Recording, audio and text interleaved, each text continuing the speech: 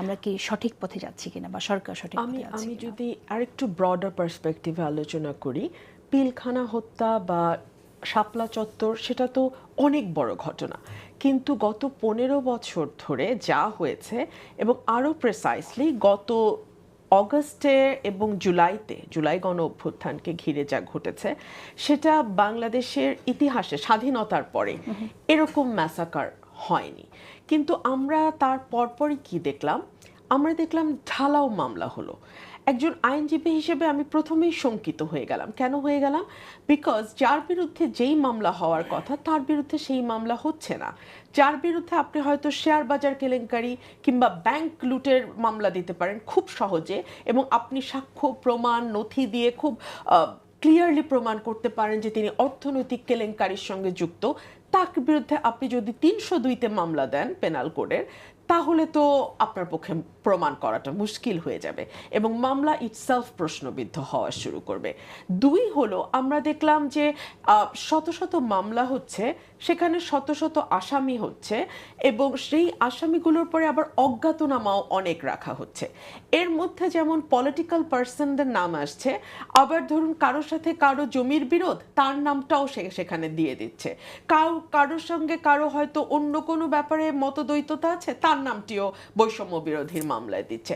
এতে কি হয়? মামলা হালকা হয়ে যায়, মামলার সংখ্যা অনেক বেড়ে যায়, এবং আমাদের কোর্টগুলোর পক্ষে তখন দ্রুত বিচারটা এনশিওর করা কঠিন হয়ে যায়। কিন্তু এখানে বিষয়টা আসলে কি সরকার কি করণীয়? কারণ মামলা যারা করছে তারা যদি অনেক নাম দিয়ে দেয়, তখন সরকার কি করতে পারে? দেখুন, সরকার কিন্তু বিভিন্ন পুলিশের বিভিন্ন জায়গায় এরকম একটা বার্তা দিয়েছে ঢালাওভাবে মামলা না নেওয়ার জন্য, তারপরও এটা বন্ধ এটা গত হয় মাসে নাই। এসছে।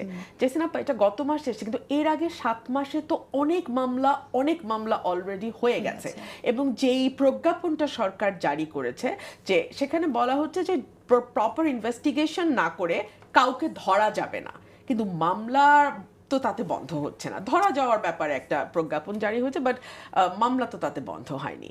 আর 3 হচ্ছে, আমাদের কোর্টগুলো তো অলরেডি ওভারবার্ডেনড, সুতরাং আমাদের সেইখানে মামলার গতিটা পাওয়া এটাও একটু কঠিন ব্যাপার।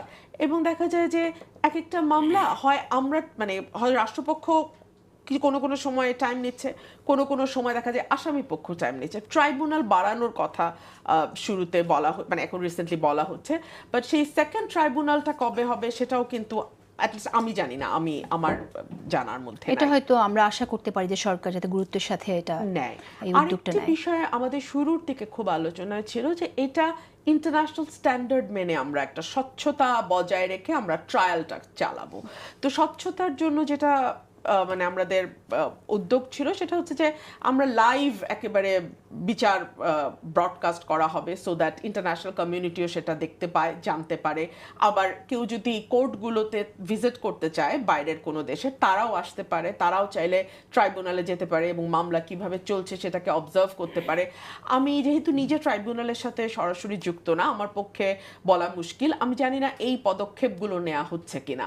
বাট যে কথাটি তাসনুভা বলছিল যে মামলাগুলো যে কেবল আমরা বিচার চাই তাই নয়, একটি স্বচ্ছতা এবং একটি গ্রহণযোগ্য বিচার, যাতে ভবিষ্যতে কেউ এসে বলতে না পারে যে এই মামলাগুলো পলিটিক্যালি মোটিভেটেড, এই মামলাগুলো নির্দোষ ব্যক্তিকে পলিটিক্যালি হ্যারাস করার জন্য করা হচ্ছে, এই ধরনের কথা বলার সুযোগ যেন ভবিষ্যতে কেউ কখনো না পায়, সেটার ব্যবস্থা আসলে ডে 1 থেকে আমাদের নেওয়াটাই দায়িত্ব।